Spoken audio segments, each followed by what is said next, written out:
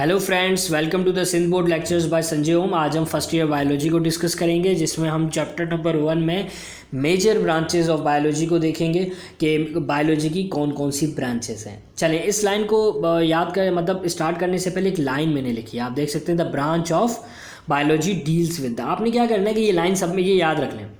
अब जब भी आप किसी भी इन ब्रांचेस की डेफिनेशन लिखेंगे तो सबसे पहले तो ये लिखेगा, it is the branch of biology date deals with the के बाद जो यहाँ पॉइंट्स मैंने लिखे हैं आप उनको ऐड करेंगे तो आपकी डेफिनेशंस इजीली बन जाएगी। चलें, सबसे पहले आपके पास जो ब्रांच है बायोलॉजी की, that is molecular biology. Molecular biology का मतलब मॉलिक्यूल। जब आप किसी मॉलिक्यूल के स्ट्रक्चर या उसके फंक्शन को स्टडी करते हैं, ठीक है, और वही स्ट्रक्चर, वही मॉलिक्यूल आगे जाके सेल का स्ट्रक्चर बनाता है, सेल बनाता है या सेल के डिफरेंट ऑर्गेनल्स बनाता है। वो छोटे छोटे से जो मॉलिक्यूल हैं वो फर्दर आगे जाकर क्या बना रहे हैं, सेल बना रहे हैं, और सेल के अंदर उसके ऑर्गेनल्स बना रहे हैं। अगर उन मॉलिक्यूल्स की स्ट्रक्चर और फंक्शन को आप स्टडी करेंगे तो आप कौन से डोमेन में आएंगे, आप बायोलॉजी के मॉलिक्यूलर बायोलॉजी की ब्रांच में आएंगे। अब नेक्स्ट पे आते हैं। Next is micro. माइक्रो मतलब स्मॉल। स्मॉल मतलब इतने स्मॉल कि हम अपनी नेक्ड आई से, खुली आंखों से नहीं देख सकते, ऐसे। तो यहाँ पे क्या हो रहा है कि वो तमाम ऑर्गेनिजम्स या वो तमाम लिविंग ऑर्गेनिजम्स जिनको हम अपनी नेक्ड आई से नहीं देख सकते, ठीक है, जिनके लिए हमें माइक्रोस्कोप यूज़ करना पड़े, जिन माइक्रो ऑर्गेनिजम्स को देखने के लिए, just like viruses, bacteria, protozoa and pathogenic fungi. Pathogenic fungi का मतलब वो फंजाई जो आपके लिए डिजीज़ कॉज कर सकते हैं, आपके लिए नुकसानदायक है, ठीक है, तो वो पैथोजेनिक कहलाते हैं। तो ऐसे माइक्रो ऑर्गेनिजम्स, ऐसे छोटे ऑर्गेनिजम्स जिनकी हम स्टडी करें अंडर माइक्रोस्कोप, जिनकी एग्जाम्पल्स मैंने ये लिखी हुई हैं, उस ब्रांच को हम कहते हैं microbiology. Next is marine. Marine मतलब समंदर। समंदर आपके पास ओशियन। सो वो तमाम ऑर्गेनिजम्स जो कि मैरीन मतलब समंदर या ओशियन में रहते, सी या ओशियन में रहते हैं, उन तमाम ऑर्गेनिजम्स के बारे में स्टडी करना और उनके ऊपर क्या फिज़िकल और केमिकल कैरेक्टरिस्टिक्स, उनकी क्या क्या फिज़िकल और केमिकल कैरेक्टरिस्टिक्स हैं जो इन्वायरमेंट से इफ़ेक्ट हो रही हैं, वो तमाम स्टडी क्या कहलाती है, मैरीन बायोलॉजी। अब आप उसमें जो है ना प्लांट्स की बात कर लें, ठीक है, या एनिमल्स की बात कर लें, बट बात क्या होगी कि वो लिविंग ऑर्गेनिजम्स और वो कहाँ रहते हों, समंदर में रहते हों, तो उनकी स्टडी को हम मैरीन बायोलॉजी कहते हैं। इसका बिल्कुल ही ऑपोजिट है fresh water biology. Fresh water biology का मतलब वो तमाम जानवर, वो तमाम लिविंग ऑर्गेनिजम्स, वो तमाम प्लांट्स जो कि फ्रेश वाटर में होते हैं, जैसे कि हमारी जो नदियां हैं, रिवर्स हैं, पॉन्ड्स हैं, जहाँ पे मतलब मीठा पानी मौजूद है, उस मीठे पानी के अंदर जो ऑर्गेनिजम्स हैं, जो प्लांट्स हैं, उनके बारे में स्टडी करना और उनके फिजिकल और केमिकल कैरेक्टरिस्टिक्स को देखना कि उनके ऊपर कौन कौन सी चीज़ें इफेक्ट कर रही हैं या वो किन चीज़ों पर उनका क्या इफेक्ट है, इन तमाम स्टडी को क्या कहते हैं हम, फ्रेश वाटर बायोलॉजी।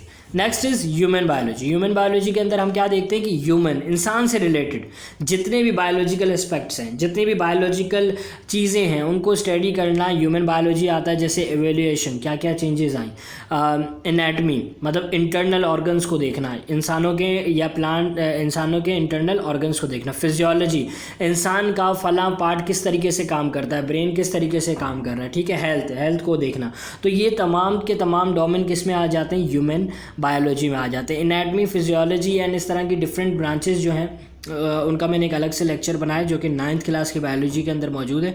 तो अगर आपने देखना हो तो आप देख सकते हैं अपने लेक्चर्स को मज़ीद अच्छा करने के लिए और अपने कॉन्सेप्ट को मज़ीद अच्छा करने के लिए। Next is social biology. Social biology मतलब सोशल इंटरेक्शन। एनिमल स्पीशी का एक पॉपुलेशन के अंदर डिफरेंट दूसरी स्पीशीज़ के साथ क्या कनेक्शंस है, ठीक है, और उनके अंदर जो कैरेक्टरिस्टिक्स हैं, उनकी जो जिस तरीके से वो रहते हैं, जो उनका रहन सहन है, क्या वो उनका मतलब इनहेरिटेंट है, मतलब उनकी जो स्पीशीज़ हैं वो इसी तरीके से रहती हुई आ रही थी, या फिर उन्होंने अपने आसपास के कल्चर से उन चीज़ों को अडॉप्ट किया है, ठीक है। अगर एक आम एग्जांपल दूं तो सोचें कि हम अगर कराची में रहते हैं तो हमारा रहन सहन बिल्कुल कराची के लोगों की तरह है, लेकिन अगर हम जैसा इंसान कोई जो है वो अगर चला जाए किसी देहात में, किसी गाँव में या फिर किसी फॉरेन सिटी के अंदर चला जाए, तो हम क्या करेंगे, आपके अपने जो भी रहन सहन का तरीका होगा उसे चेंज कर देते हैं ज़्यादातर उस न्यू एरिया के हिसाब से। तो ये क्या होता है, ये कल्चरली इंड्यूस होता है। लेकिन कुछ ऐसे हैं जैसे कि अगर हम अभी रह रहे हैं कराची के अंदर, जो कराची के अंदर पैदा हुए, कराची में रहते हैं, तो उनके अंदर जो उनका रहन सहन है वो क्या, वो नेचुरल है। नेचुरल क्यों है, क्योंकि उनका ख़ानदान पूरा इस तरीके से रहता हुआ आ रहा था, उन्होंने अपने आप को चेंज नहीं किया, ठीक है। इसी तरीके से डिफरेंट इम्पैक्ट्स हैं। तो इन तमाम चीज़ों को पढ़ना किस में आ जाता है, सोशल बायोलॉजी में आ जाता है। पैरास्ट्रोलॉजी मतलब पैरासाइटिक ऑर्गेनिजम्स। पैरासाइटिक ऑर्गेनिजम्स वो जो कि आपको नुकसान पहुंचाते हैं, जो आपको मतलब डिजीज़ कॉज करते हैं आपके अंदर, उनकी स्टडी को हम पैरास्ट्रोलॉजी कहते हैं, जिसके अंदर मॉस्कीटो वगैरह आ जाता है। मॉस्कीटो की लाइफ साइकिल क्या है, मतलब वो कैसे पैदा हुआ, ठीक है, उसकी मतलब जनरेशन कैसे इंक्रीज़ होती है, ट्रांसमिशन क्या है, मतलब वो कैसे ट्रांसमिट करते हैं, उनकी डिजीज़ कैसे फैलती है अगर वो डिजीज़ कोई कॉज करते हैं, इंट्रैक्शंस क्या है, मतलब हम उनसे कैसे कांटेक्ट में आ गए कि हम बीमार हो गए। तो ये तमाम चीज़ें जो है पैरास्ट्रोलॉजी के अंदर हम पढ़ रहे होते हैं।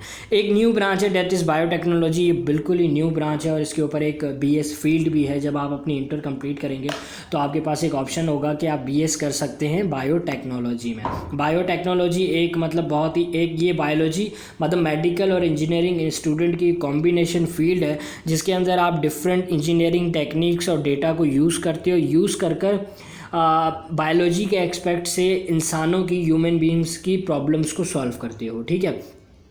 और फिर अब जैसे कि अगर एक एग्जांपल दूं तो आप समझ, एक नॉर्मल सी एग्जांपल ये है कि वो पेशेंट्स जो उसके डायबिटिक हैं उनको इंसुलिन चाहिए होती है। अब इंसुलिन की कोई ड्रग्स हमारे पास मौजूद नहीं है, ठीक है, या कोई टैबलेट्स मौजूद नहीं है। तो इन्होंने क्या किया कि इंसुलिन कैसे बनाया, इन्होंने इंसुलिन बायोटेक्नोलॉजी के थ्रू बनाया। इन्होंने इंसुलिन एनिमल्स के अंदर से इंसुलिन निकाला या फिर ह्यूमन के अंदर से निकाला और उसको लेबॉर्ट्री में प्रिपेयर किया, और उसको मतलब लेबॉर्ट्री में प्रिपेयर किया बगैर किसी केमिकल या इन चीज़ों को ऐड किए। वो इसे जेनेटिक इंजीनियरिंग भी बेसिकली कह रहे होते हैं, ठीक है। तो वो जेनेटिक इंजीनियरिंग यूज़ कर रहे होते हैं। तो ये बेसिकली बायो टेक्नोलॉजी के अंदर आ रही होती है। बहुत ही मतलब आजकल एडवांस फील्ड है और एक बहुत ही अच्छी फील्ड है। तो ये तमाम वो ब्रांचेस थी जो कि आपके लिए जानना बहुत ज़रूरी है। ये आपके एग्ज़ाम्स में भी पूछी जाती हैं और इसी के साथ साथ इन्हीं तमाम ब्रांचेस को अगर आप याद रखेंगे तो आपके लिए इंटर के बाद अपने लिए बहुत ही बेहतरीन फील्ड्स और अच्छी फील्ड को जानना या उससे सेलेक्ट करना बहुत इजी हो जाएगा, क्योंकि आपको पता होगा कि फ़लाँ फील्ड के अंदर क्या हो रहा है। और इसी के साथ साथ अगर आपको मेरी वीडियोस अच्छी लग रही हैं तो काइंडली लाइक ज़रूर कीजिएगा, और अगर कोई क्यूरी हो या कोई भी कॉमेंट हो तो आप मेरे कॉमेंट बॉक्स में ज़रूर कर सकते हैं। व्हाट्सअप नंबर दिया हुआ है, कोई भी सवाल हो तो आप मुझसे डायरेक्ट पूछ सकते हैं। Thank you.